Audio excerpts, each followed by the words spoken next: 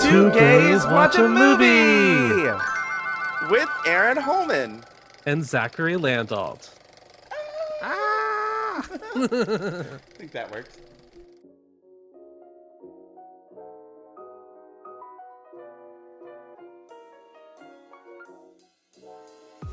Hello, I'm your host, Arron Holman.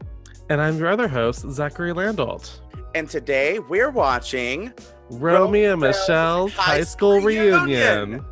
I Oh my goodness. love this movie. Same. Romy and Michelle was released on the perfect date, April 25th, 1997. It starred Mira Sorvino, fresh off her Oscar win for Mighty Aphrodite, and Lisa Kudrow, who of course was known to most of America as Phoebe on NBC's Friends. It also features a supporting cast including Janeane Garofalo, Alan Cumming, and Justin Theroux. God, he was hot in this movie. Oh my god. It was an initial success upon release, but over the years has gained respect and love as a cult classic of the 90s. It was not an initial success upon release. No, it was But not. over the years, it has gained respect and love as a cult classic of the 90s. Mm-hmm. In case you have not watched Romy and Michelle's High School Reunion in a minute, I'm going to give you a quick rundown on the plot. Romy and Michelle are two best friends who've been together since high school, who now live together in sunny Los Angeles, where Romy works as a counter girl at a car dealership and Michelle is currently unemployed. When Romy runs into an old classmate from high school named Heather Mooney. Heather Mooney? From Sagebrush High in Tucson? Yeah. It's Romy! Romy White! You're shitting me. No! This is so weird. I didn't know you were living in LA. Well, now that you know, will we be getting together a lot? She finds out their 10-year reunion is coming up soon. Romy and Michelle immediately set out to find cute new boyfriends and better jobs to impress their old classmates. When things don't go their way, Romy and Michelle decide to just lie. Oh my God, Michelle, that's it! We can go to the reunion and just pretend to be successful.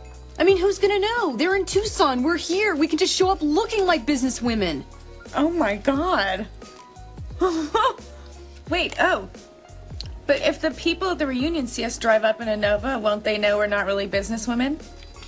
Romy borrows the car from her co-worker Ramon, and Michelle makes their outfits. At the reunion, they run into all their old obsessions, including the girls of the A group, led by the still awful Christy Masterson. Hey everyone, and so we meet again. Hi. Romy White. You're the chubby girl. Romy runs into her old crush, Billy Christensen, who's now married to Christy. And Michelle reconnects with Sandy Frink, who was obsessed with her in high school and has grown up to be much better looking. And most importantly, is now extremely wealthy. Hey everybody! Sandy Frink just landed in a helicopter! Sandy Frink has a helicopter? Yeah, apparently he's worth like millions. He invented some kind of special rubber or something. Like for condoms? When their lie about inventing Post-its is found out, Michelle gives Romy the pep talk she needs. Can I tell you the truth? I never knew that we weren't that great in high school. I mean, we always had so much fun together. I thought high school was a blast. And until you told me that our lives weren't good enough, I thought everything since high school was a blast. I think we should go back out there as ourselves and just have fun like we always do. The hell with everyone else.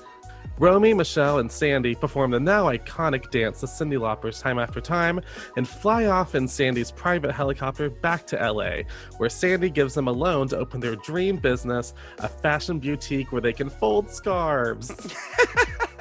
What a great movie. It is, from beginning to end, it's a treat, you know, for the eyes, for the ears. It's everything. I mean, the slang. And the weird thing is, I think it's not music. To me, it's a classic.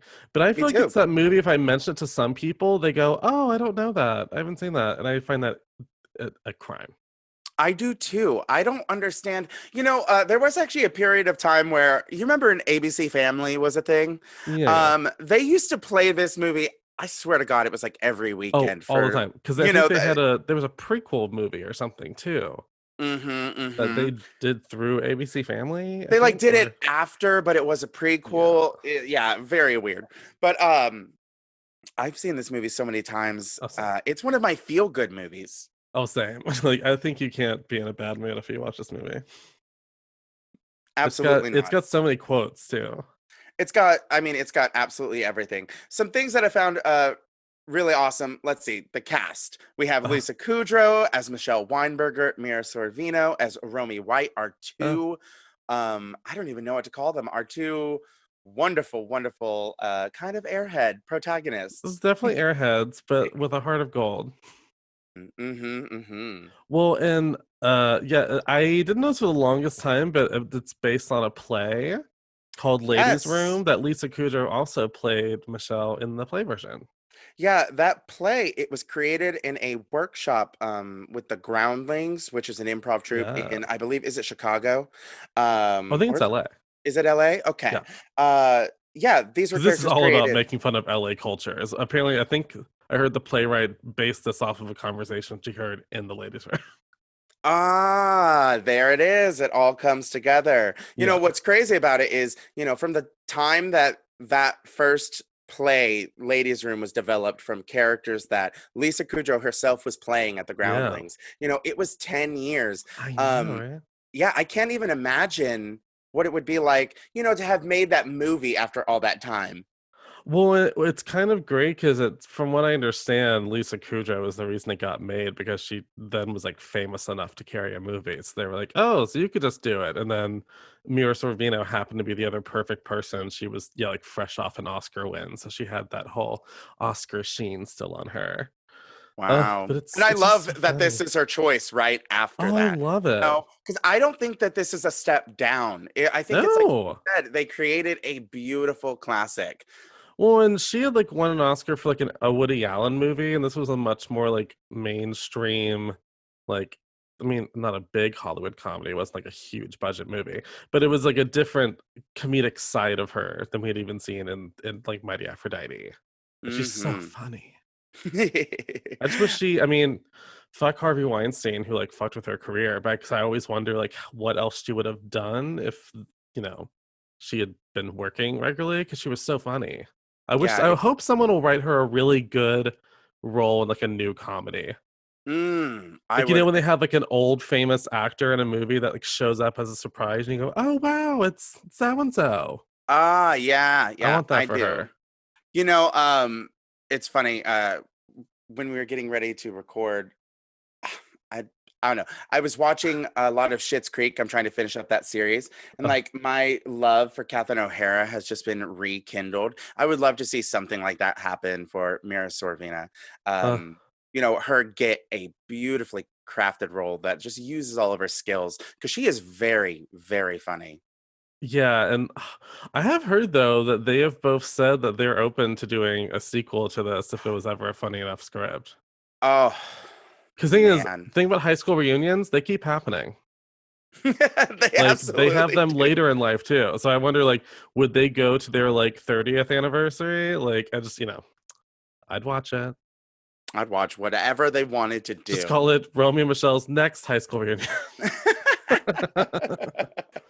I like God. that. Well, because this movie it ends with like a lot of doors still open. Like there's definitely still comedy to be had here. Like it doesn't. I mean, it ties up things in a bow to an extent that they finally had like some success. But I still want to know what's going on with like Heather Mooney and all of that at the end of this movie. Yeah, and Heather's right there. At the end of the movie, she's shopping, which she puts on this very, in Oh my my god, opinion, it's a dress that does not go on her. It's this like no. white floral dress, where I don't know, the front of it is very low. It does very Yeah. little to accentuate anything. Kind of just looks like a tube. Well, she's so petite that Janeane Garofalo that kind of Mm-hmm. dress just swallows her up. Oh my god. Who are there any other characters that you want to highlight? Always. There's so Alan many. Cumming, Oh my Sandy god. Frink. Him and his little binder. Yes. And whenever I love the first time that they arrive at the reunion and it goes into that fantasy sequence. Oh, the You fancy know, sequence is the whole it's thing. it's epic. Everyone's still like in very much 80s style. But what I love about that is Sandy Frink in that he has like prosthetics on. It's like Yes. he comes in and it's like he's had surgery. And I love it. Alan Cumming is brilliant. I just love the absurdity of Yeah. the dream sequence because it says so much about where you assume people are going to end up and where things are. It's like it's funny that they put all these people on these pedestals. But you think about someone like Christy Masters, like they're like, oh fuck Christy Masters, like, but she's really an unhappy housewife that's like pregnant with another baby and her husband is an alcoholic loser, you know. So Mhm. it's all that don't compare yourself to other people. Mhm. That's my Um aha moment. Um, yeah, but the definitely. dream It's sequence, I just love how it gets more and more absurd the longer she's dreaming. Yeah, Because to the point where like it ends with them having the huge fight and literally driving the opposite directions away yeah, from the the cars reunion. pull up into the hotel and they drive out separate. Also, oh my, about that, I read trivia that I'd never noticed this, and now I feel like I need to watch it again to look for this. I mean, if you twist my arm, I guess I will. Oh, God, I know. God damn it. Yeah, in the dream reunion scene, when Romy and Michelle are on stage to receive their award, you can see just above the stage and the lights, there are strung what looks like a banana on one side and a carrot on the Mhm. other side, just like the magnets Christy put on Michelle's back brace in high Yeah, cuz school. she's a bitch. I'm just like, what a weird, weird detail to put What a into the weird production design. nod. Yeah, Mm. man, it's so kooky. I'm into kooky. And I just love how yeah, just how they portray all these people in their mind, and I think that dream sequence serves a big purpose. Oh, it really does. Not to mention the dream sequence gives me my favorite moment and what I will be doing the two gays acting reading of. It gives us the speech that Lisa Kudrow made up about that special Yeah, kind of glue for post-its. yeah. So stay Which, tuned for the two gays acting segment because it's gonna be fun. oh, It's it's gonna be my a good one. favorite. Oh, I also found out the girl that played Christy Masters actually had scoliosis, and like that was an actual struggle she went through as a child. Oh my gosh. I Isn't that love when they put crazy? those real details in movies. But can you imagine like her like getting that script and then like reading that scene for her character and being like, oh fuck, oh my god.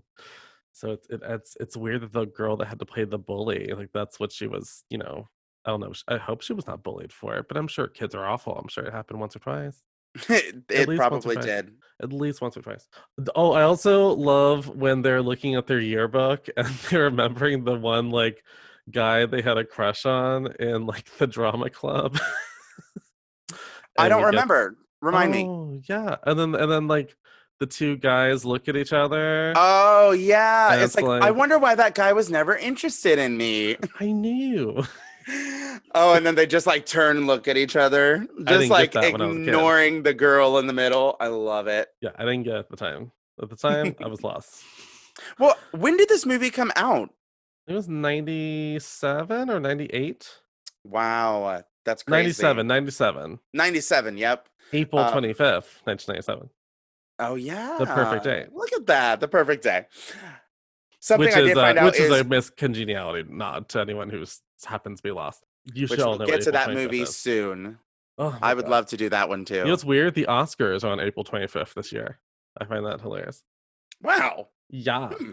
We also talk about the fashions because that's so much of this movie.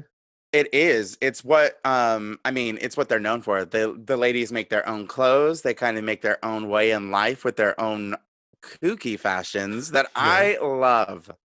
Oh yeah, I love What are the some outfits looks. that really stood out to you?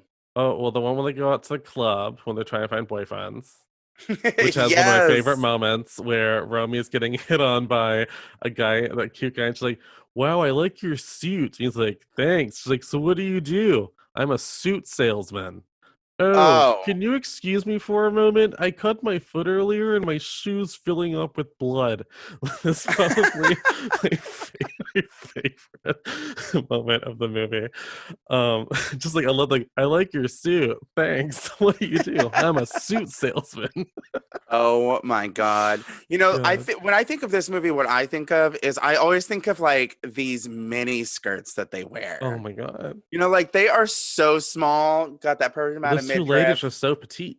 They really, really, really are Because Lisa gorgeous. Kudrow is so tall, and Mira Sorvino was a dancer, so she's got that dancer build. And then there's also when they flash back when they're dressed up as the Madonnas. I love that moment. Those are good Madonna Oh yeah, I looks. was happy with Wormy's her dangerous ponytail. Yes, it looks amazing. Did I hit anyone? Yeah, but it looked good. And Oh then we have yeah. their classic, I don't even know, what do you call them? Are they like tube dresses? The pink and the blue that they Well, I end up wearing at the prom? Oh, we have the reunion. Yeah. Well, I guess they're Reunion. not tube dresses. They do have wait, are they? They have straps. I think. Yeah, they have They do straps. have They have straps. straps. So, well, they're tight. That's what they are. They're tight I and mean, shiny. what are they made out of? What is that? Shiny. That lycra? I don't know. Like, Sure. I don't even know I'm what it not a is. costumer. I know, neither am The I. shiny fabric. That very shiny fabric. Some other little trivia that I found out about the show. There's a Oh. theory that this movie takes place in the Tarantino universe. Yeah, I read that. At the time, Mira Sorvino was dating Quentin Tarantino, and I guess because of that, they were able to convince them to put in a couple subtle nods to Tarantino's works. When they are eating burgers at their house, they are eating Kahuna Burgers, which is a made-up Oh yeah. brand. And then there's also an ad for Red Apple cigarettes next to Yeah. their apartment in the film. Again, made-up products. I don't know. What do you think about that? Do you think that this could take place like where Kill Bill Here's the takes thing, their place? characters are so ridiculous. I almost could see them showing up in a Tarantino movie, like being two Yeah, vapid bimbos at like a diner.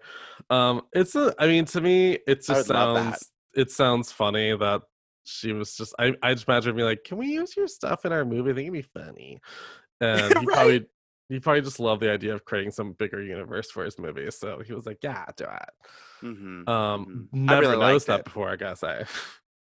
Well, no, neither did I. This is a research, baby. Yeah. It's a very subtle hint. I It's also in found out a link to one of our other episodes. what? All of the costumes in the movie are from costume designer Mona May, who had also designed the costumes for the Los Angeles production of the play. She also worked on the costumes for the film Clueless. Bitch. Connections. Connective thread. Connection.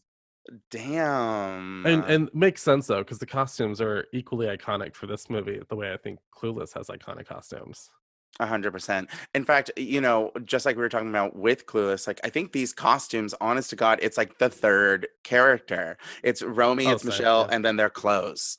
Yeah, I agree. Because every scene, it's like, what are they putting on? This is ridiculous, and I can't Well, wait even to the see it ever costuming again. for non-Romy and Michelle, just like the A group, both in the past and in the present, like they're all so perfectly dressed for what their lives are. Oh God, because I mean, I know she's playing an awful character, but I am obsessed with the actress that plays Christy Masters, just because it's such a particular type of bitch. Well, she just does it really well. Like, even though she's a complete raging bitch, it's like I still kind of like her Oh, you like her? because I do. I like her because it's like, I don't know, I know that girl. I don't know. I don't know. She's I nice like to it. the people she's nice to, Mm-hmm. but she also Mm-hmm. manipulates people. Yeah, I'm well. not into that. I'm not into that. Apparently you are. Apparently you're one of your best Well, friends with. I'm just not opposed to it, I guess is Oh, what it okay. is. Now, what do you think is the staying power of this movie? Because I mean, it's really gained I traction think over the it's one of years. those movies. It's so weird to think about, but a lot of people classify it as like a cult classic, which I Hmm. don't. I don't think it's a cult classic because I Oh, think it has mainstream appeal, in my opinion. But I I do think it think does it now. does now. Okay, I think it's going to be one of those movies that the further away we get from it, the more and Hmm. more people will appreciate it, especially as like a time capsule movie. Oh, agreed. It's a very specific Los Angeles, from the 80s to like the late 90s feel. And I think it captures that so beautifully that it's going to stay around for a long time. I know it's always going to stay in my top 10 of comedy. Oh yeah. Well, because it's it sort of gives me the things I love from like a movie like Clueless or something from the 90s, but it's R, so it's like a little dirtier and it's a little messier too, is what I like. But it feels like an indie film. Mm. It doesn't feel Mhm. overly polished or sheeny. It has a kind of a weird kookiness to it, which is what I love so much about it. Mhm. I I just completely remember agree. do you remember when did you get into this movie? How old were you? Oh my gosh. It's because I've seen it so many times, it's hard to Yeah, it's one of those well, it things, yeah. had to have been high school. So, probably 2005, and I don't know. It probably was just a movie I saw on TV one time. Right. I don't think anybody ever recommended it to me or anything. It's just one of those movies I found and then proceeded to like repeat watch. You know what I Yeah. mean? Oh, yeah, I've repeat. Because I found it so funny. Even then, I was a huge fan of Lisa Kudrow. I think Friends was one of my first favorite TV shows. So Oh, that could have same, been the yeah. way that I found it. You know, I just always loved Lisa Kudrow. And so finding a movie that she was in that was just as funny, if not funnier than her character on Friends, Funnier, you know, funnier. I was sold. I probably saw this the first time in high school also. But I remember I knew these two girls that were obsessed with this movie. And they even for like a talent show once did the time after time dance with yeah. What? Yeah, and Was that it was good? it was good. They were both very funny and it was good. It was good. Oh, But I remember, yeah, they did it with this other guy who was in the theater department, and it was I lived my life at the time. that is epic. Yeah, I know people have like done the dance like at weddings and stuff a lot. Like it's really gained a Well, you know, if you that look for the dance on YouTube, like you'll find a lot of videos. Oh, I've seen even Jimmy Fallon and Drew Barrymore redid it on his show one Oh, time. I You didn't know, see that. he does these little lip sync segments on his show, Yeah, and yeah, yeah, yeah. straight up, he went up there and started doing time after time, and then Drew Barrymore runs out, and Oh my god. Who it's was such a the other girl? I think it actually was just the two of them. I think it was just the two of them Oh, did like that's a a little cheat. number of it. It is a cheat. But, you know, speaking of that moment, that's honestly, I think that's one of my favorite moments of the entire movie Oh, same. because It's so pure. it is so pure. And don't we all just want that moment of, you know, theatricality and musicality and like, ooh, there was no rehearsals and yet we know this dance together. You know, it's complete fantasy nonsense. Oh, it's But insane. I love when movies do that. And this Well, one it works delivered on perfectly for this movie because it's such a yeah, surreal. it's yeah, the movie is so weird. It has such a weirdness to it that it makes just enough sense. A thing I did not finally piece together in my brain until literally this week when like watching this movie and researching it is that within this movie, playing the role of Lisa Luter, it's played by Yes, I Elaine was gonna bring her Hendricks, up. who Yes. also, if people don't know, also was Meredith in the Parent The Trap Parent remake Trap. with Lindsay Lohan. Yes, I ma'am. don't know why I did because she has such an iconic face. I don't know why I didn't put that Look, together. you know, Um, it's just we were too young probably to like contextually put that together. And she plays such a small role, honestly, in this sure, film. So it's like she's only on screen for honestly a couple of minutes. And so I always knew I recognized her, but but same. I It always was loved this her because week that she I has some got it. iconic moments, though. Look at what they're wearing. Where do you even get outfits that hideous? They made them in home ec from their own patterns. Actually, I think they're semi-interesting. In a freakish, off-putting sort of way. Never mind. I love once they get out of the fantasy sequence Yeah, and she's looking at the girls, Christy Masters is like making fun of them again yeah, and just like, oh, their outfits are terrible, blah blah blah. yeah, yeah, And yeah. like Lisa pops up out of nowhere in a Actually, really nice suit. Like her they have hair nice slicked back. style, lines, inventive use of color. All in all, Overall, I'd say they're not not bad. bad. They're as deluded about their lives as they are about those hideous clothes. Actually, Christy, they've got nice lines, a fun, frisky use of color. All in all, I'd have to say they're really not bad.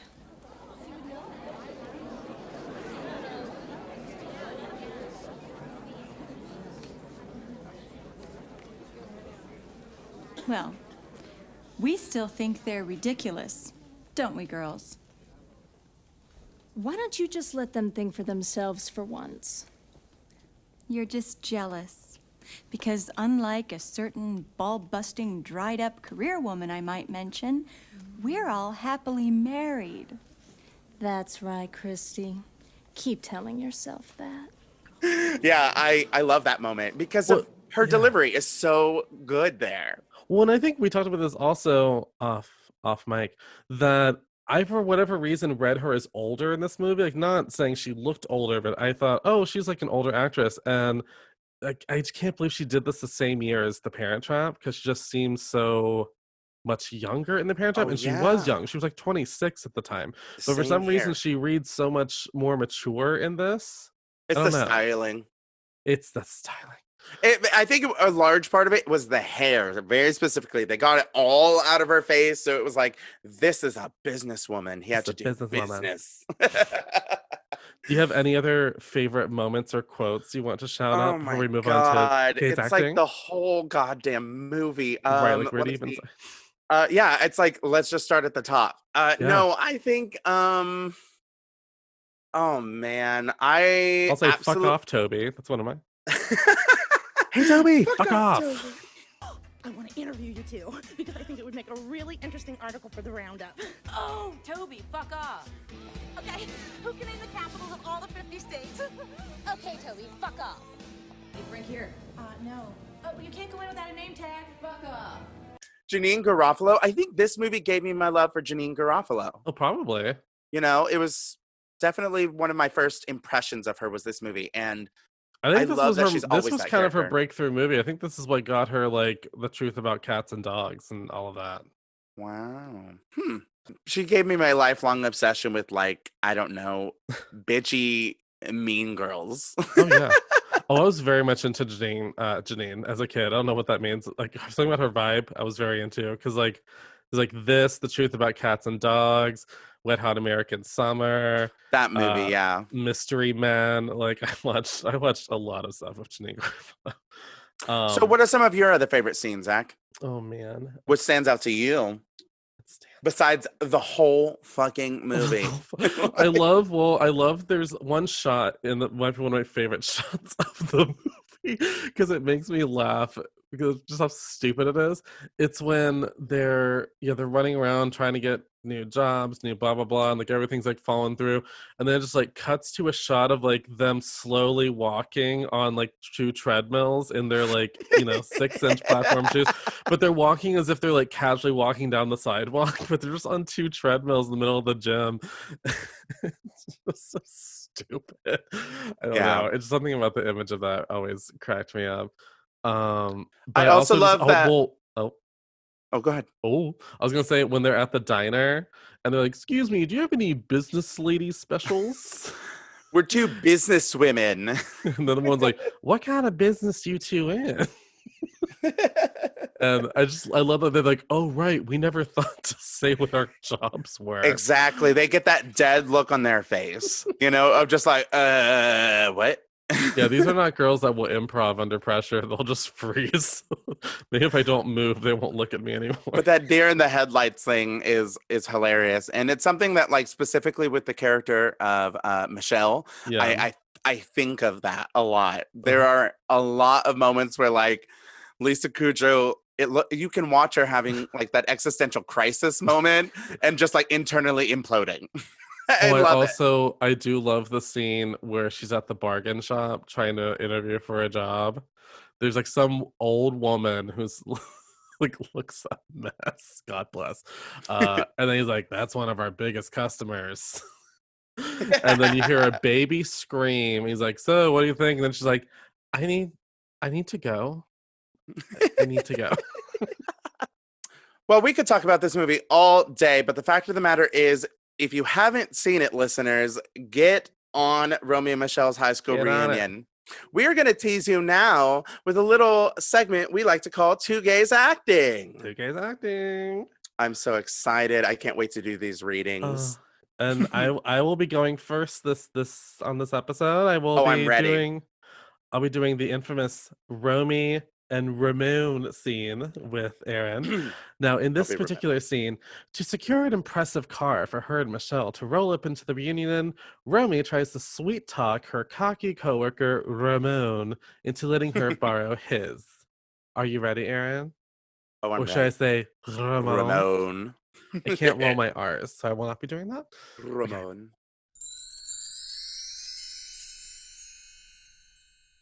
So, can I borrow your car? If I loan you my car, what do I get? What do you want?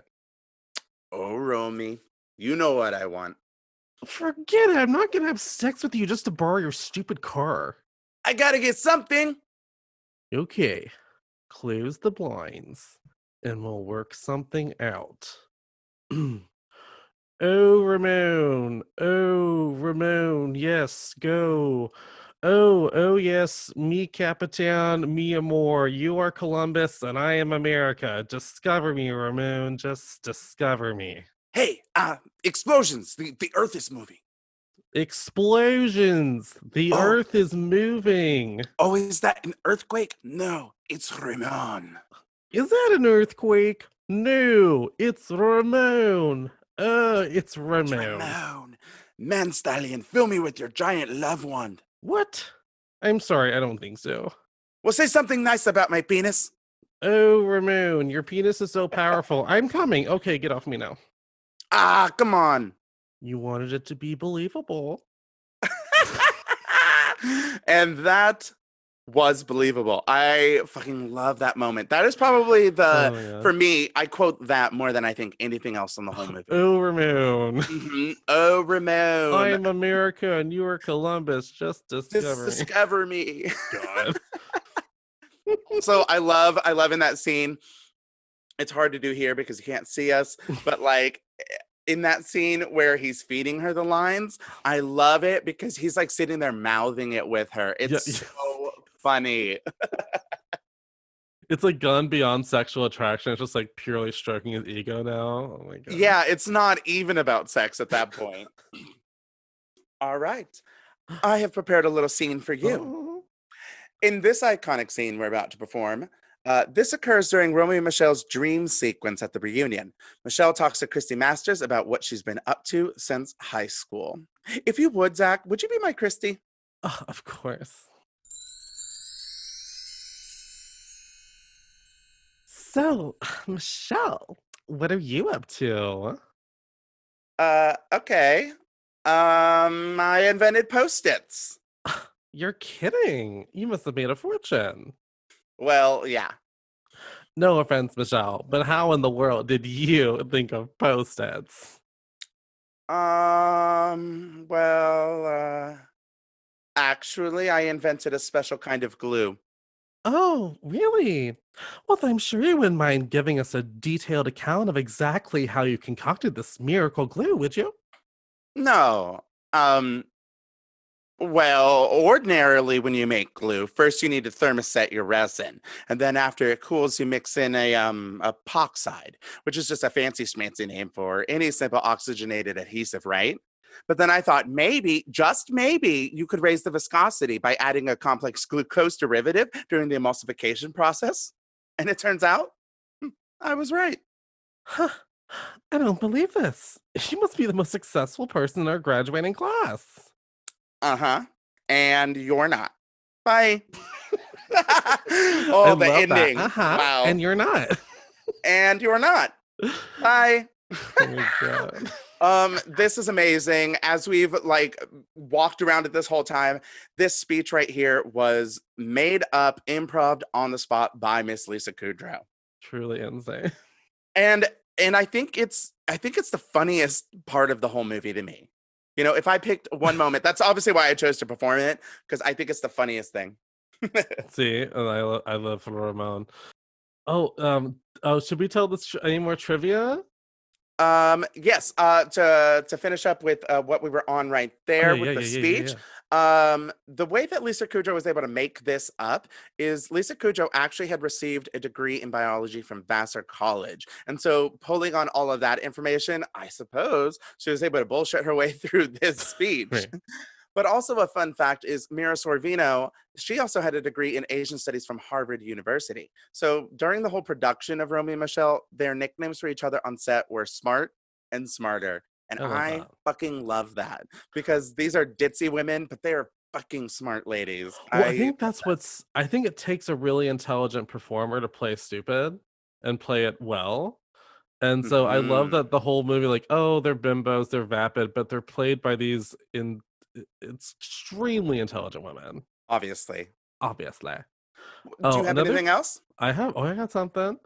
Did you know Alan Cumming owns a bar in New York City called Club Cumming, where every Saturday the bar hosts a Romy Michelle themed day, including 90s music, DJ requests written on post-it notes, and scarf folding stations. Holy shit. Look, I knew about Club Cumming, but Yeah, I didn't know about what? this. I did not know about this. We We have to have to go go. when the world is somewhat a When thing things are a again. little bit better, I'll meet you there. Okay, sounds good. All right, so we are going to move into our very official, very scientific Very gayometer accurate. section. Very accurate gayometer.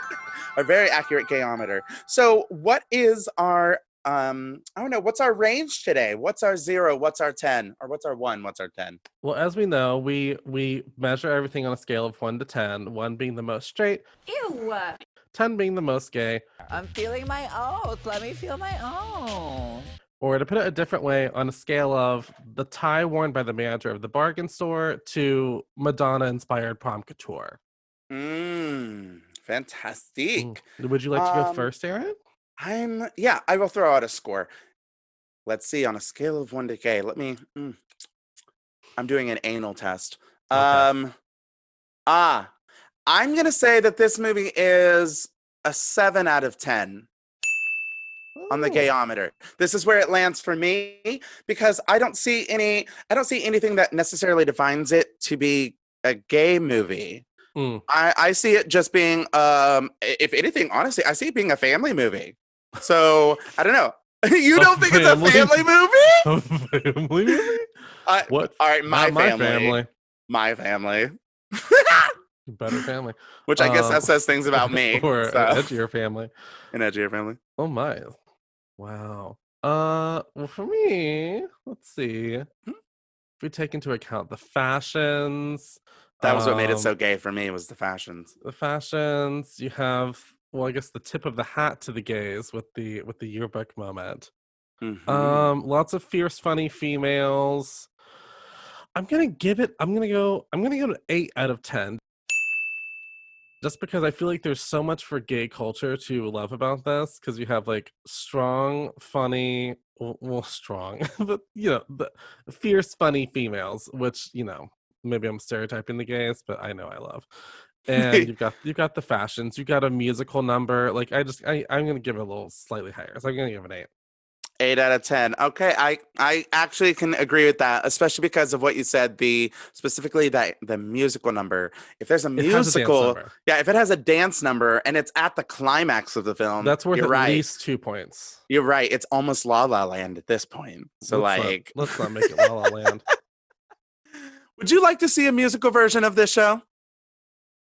I think it could be great. I just hope that it's not a jukebox musical. I would want it to be a real original. I think they should get the rights to Time After Time and have that number still take place to that song. But I think they should write original material. I think they should include the original playwright to write the book. I agree. But I think there's a lot here that easily could be a musical because it's very funny and bright, and there's lots of exaggerated characters that would lend themselves well to the stage, because it started as a play. And granted, I don't know how different the play is from the movie. It could be the play is completely different. The play, from my research, actually takes place entirely in the ladies' room. And so are these just like 2 of the characters in the play? No, they are the main characters. I don't know fully how the show works, but they are the main characters, and I believe it just takes place in a ladies' room. What happened? Makes sense. I think that's where I heard the playwright met or encountered them within a ladies' room. Yes, and That what makes sense. happened is they first tried to adapt the stage play. I believe they first tried to change it into like a sitcom, Yeah, I and read that. very little interest in that, and it just didn't work out. And then they knew they had something good, especially because of Lisa Kudrow's interpretation. They knew they had something good and didn't give up on it. And so then they kept shopping it around, and they kept trying to get the direct play turned into a sitcom or turned into a movie. And when they approached, I don't remember who they ended up working with, but what they ended up getting told was, this specific script doesn't work. If you can write these women in another script, another scenario, then we might have something. And she then wrote the entirely new story of, okay, what's something else that these ladies can do that is good and shows them as funny? And she wrote them going to their reunion. Well, that's what's genius is like they really are two characters that, you know, I'm sure in the play it's just them, you know, talking in the ladies' room. You go, okay, but what are these two people's lives? Like you could take them almost anywhere. So that was I did read that the reason they kept getting turned down is the number one note they kept getting was, no audience is going to want to spend all their time with these two characters. Because they thought they would just be too obnoxious. I think it takes I think the reason this movie works so well is because Mira Sorvino and Lisa Kudrow have so much charisma as performers that they, because I mean these characters can be very obnoxious, but they're so they don't have any like, they don't have a mean bone in their bodies kind of thing, you know, like they have a judgmental bone in their body, but like they would never just be like cruel to someone, so they don't go like into like bitch territory, which I think is what a lot of gross executives probably thought, like, well, they're just two bitches that are dumb, like who's gonna watch this? Me Me Dumb and bitches? all of Yes. you listeners, you better get out there and watch it. Romy and Michelle's High School Reunion. It is one of the best movies. If you just need a good laugh, just turn it on. It'll treat you good. It's funny. It's great. It holds up. Well, all the cool people like it. Yes, indeed. I think this is a perfect place to wrap things up. I have been your host, Arron Holman. As always, you can find me on Instagram, on Twitter at aholehuman, or you can follow my clothing company at I Light Hue Clothing. And then there's, of course, patreon.com/eye-to-eye podcast if you'd like to support my other endeavors. Do you ever think that your name sounds like a-hole human, like asshole human? 100%. That is intentional, and I'll tell you what. That's 100% intentional. Because, listeners, my name is Arron Holman, and it's spelled ARRON HOLMAN. He's a real hole man. Exactly. And so, well, the way that I would do it is the way I sign my signature, I just write the A, and then I go into my last name. And so it just goes A-HOL, and most of the time that's where I stop. And so like when I had to start paying rent in my early 20s, that was how I signed all my rent checks, was just a-hole, and it was my way of, you know, being an a-hole. Wow. Yeah, talk about branding. Oh my. On that Zacary. note, I've been your other host, Zacary Landell. You can find me on Instagram at Zacary with no H. That's ZACARYWITHNOH. Zacary with no H. It'll take a moment. You can also follow the pod at Instagram at 2gayswatchamovie or at Twitter at 2gayswatch. And anything you want to add on, Arron, before we sign off? Eye to Eye podcast is EYE number 2 letter I. I never spell my stuff, and I should. Ugh. Well, you know, I hope you'll have a Romy and Michelle day. And you know what, Arron? I think you're like the funnest person I know. Me too. With you. Oh,